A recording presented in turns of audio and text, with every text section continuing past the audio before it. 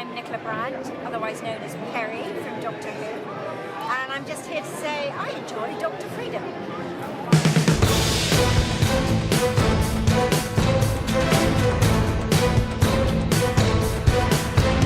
Okay. Good evening, folks. Dr. Freedom here with you. Time some Doctor News from in and around the universe that may or may not affect you on some deep level. Now, for you folks who are out there who are fans of Death Moon, all 4 or 5 of you, lines are coming in already. Should be able to start putting it together this weekend if I have time, and maybe I'll have it shot out by the end of this week. We'll have to see. Okay, depends on what's going on and whatnot on this Saturday. Okay, a lot of more weirdness going on other than the whole Phoebe Waller-Bridge thing, which is now beginning to look more and more like yet another smoke screen, and I'll show you why in a minute. Like I said, it could mean something, could mean nothing, but saying at the same time, you got to take everything right now with a grain of salt. Yeah, she's ahead in the betting polls. Matter of fact, someone said, well, it seemed like she's slipping. Yeah, but she moved ahead on 4 other polls, and one has already closed its books. And I'm not talking like Ladbrokes did. They've taken their name off the betting sites completely. I think that was Waller or something like that. I'll show you again in a minute. Way towards the end of the cast. Don't even worry about if that's not what you're here for. Let's get to the stuff you are here for. Let's take a look. Okay, first up on deck, Big Finish put this out this morning. The artwork for the 9th Doctor Chronicles is out, and this will be narrated by Nicholas Briggs. Now, any of you folks who listen to the Destiny of the Doctor series that was put out for the 50th anniversary series, for that season, you'll know that Nick Briggs does a really, really, really good Chris Eccleston. I know it's not the same as having Chris himself coming in the studio, but he does a really great job at it. And I'm not kidding. There were some times during his story that I was like, wow, he sounds exactly like him. And even captures all his little nuances perfectly. So we got this to look forward to on the Big Finish front. All right, next up on the big docket, here we go. As soon as I turn this off, because I'm a moron. That's right. Heck, I'm not even the right screen. Ain't that great? You see how well organized I am on this monster? Oh, here we go. First off, teeing off, we got Lizo Mazimba, and I always look it up because I can never spell his name, even though it's it should be obvious, pretty simple thing. But, my brain's working like a scythe these days. It's like, okay. Apparently, he was at Rothlock yesterday, and as most of you know, he's the entertainment correspondent for BBC News.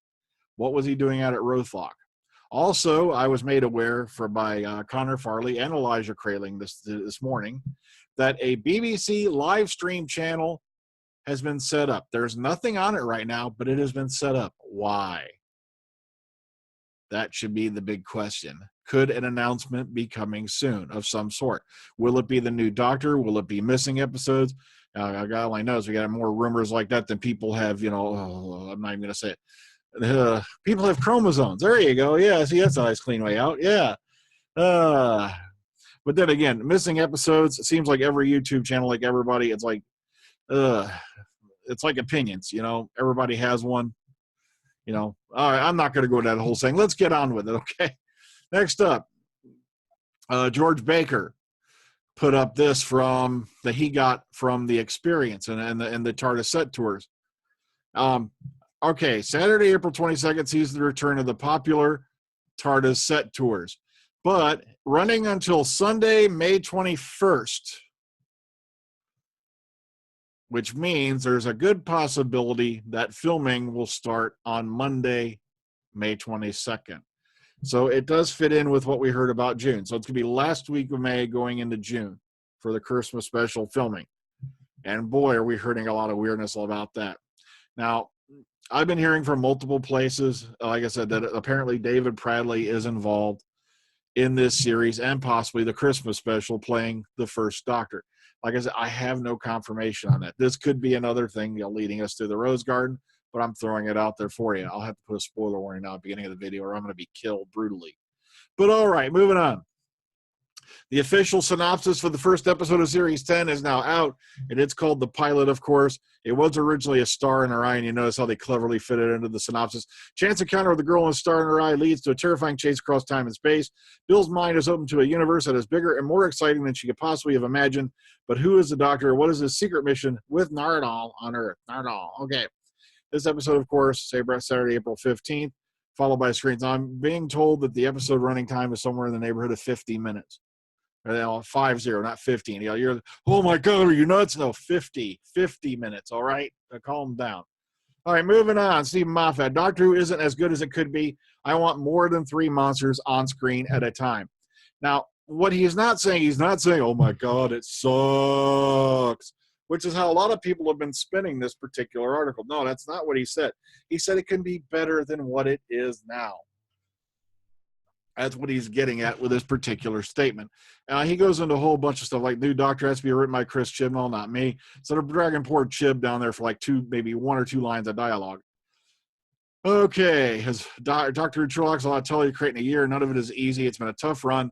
There's going to be a big hole in my diary. I am one script from oblivion. He jokes. Just choose the best person for the job. Any other gender, however worthy, should be ignored. And as far as choosing the next Doctor, or choose whatnot. And he goes, it has to be the best person for the Doctor Chris is writing for.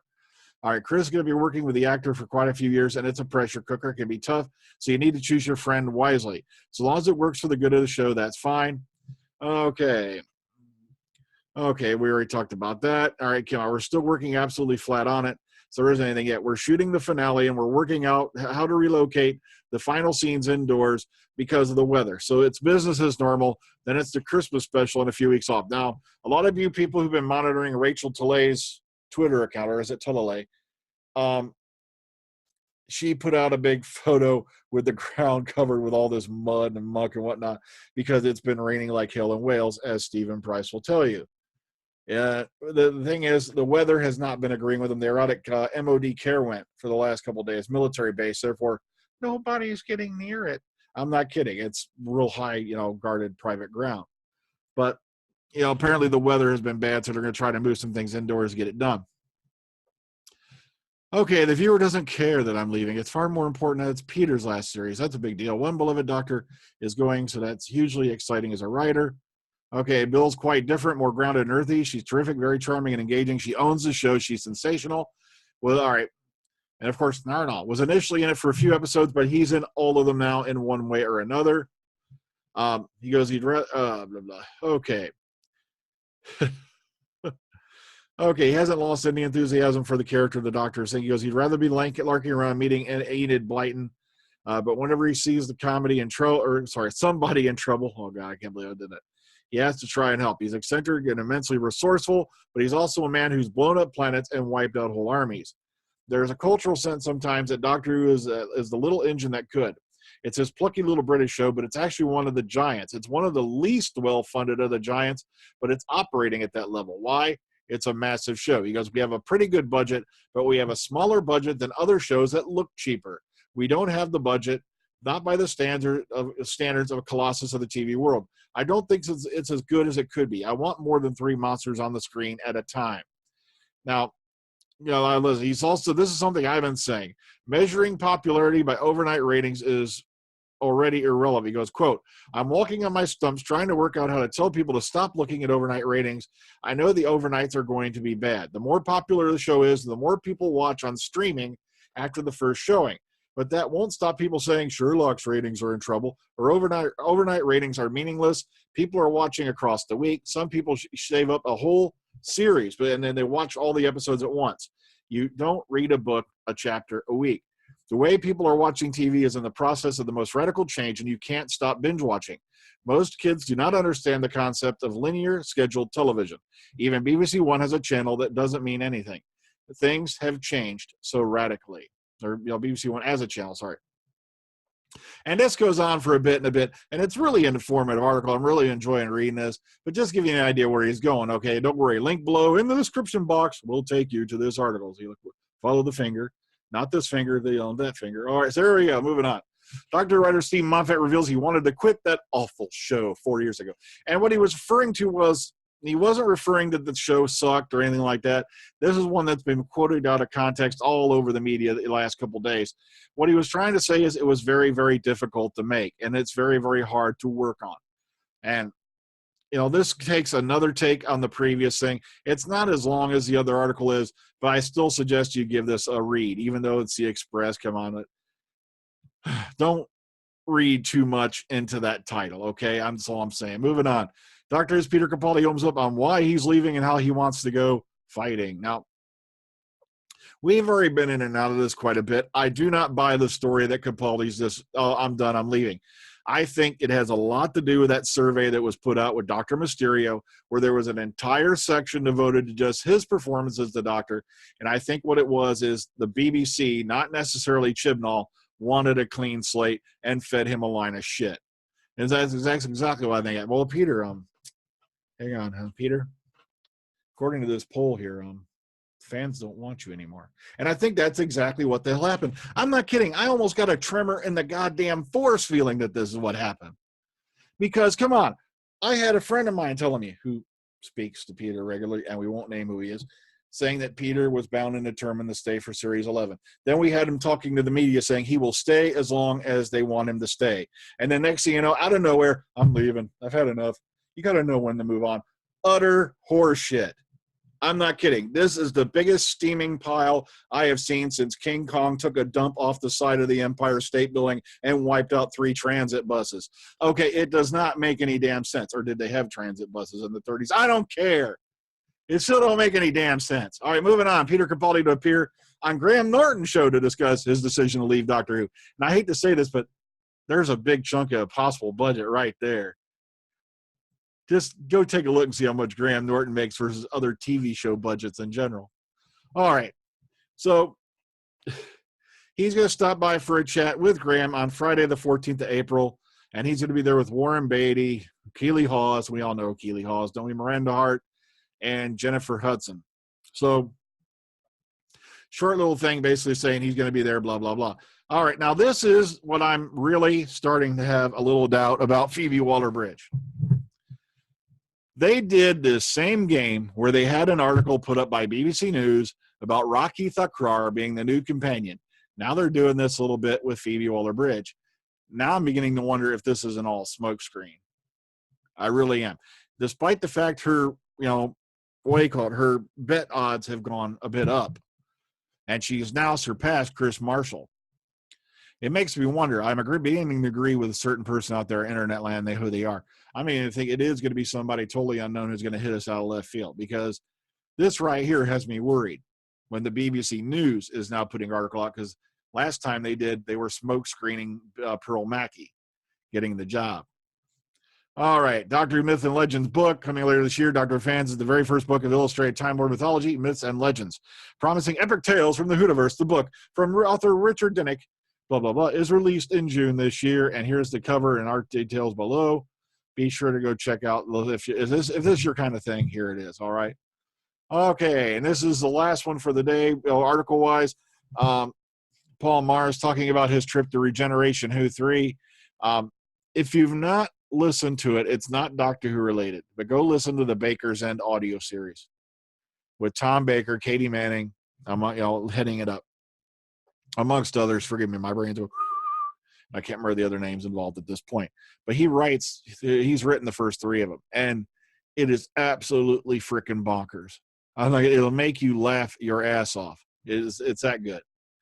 So go check this out. Give him a little read here. He's talking about his first con and blah, blah, Regeneration and blah, blah. All right, moving on. Lastly for today, like I said, as I said, one of the betting sites has yanked this thing off. Now I can't remember what name it was, but they are no longer even listing for Phoebe Waller-Bridge.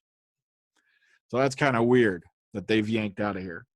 Now, Chris Marshall is running at 21-5 on some sites, but he's backed off to 4 and 5-1 on these 3 ones here, whereas she's gone 2-5, 4-7, and 1-2. Not 2-1, 1-2. Kind of weird. And like I said, it's kind of wondering if this is all, now I got to wonder if this is all they're just screwing with us at this point. That somebody's making phone calls and putting in fake bits. just to screw with the system, because they knew that's how we picked up Capaldi less than a week beforehand. Okay, guys, so Death Moon 9 already on the way. I have everybody's lines in, but one certain person who knows who they are. That's you, Mr. Whiteboard.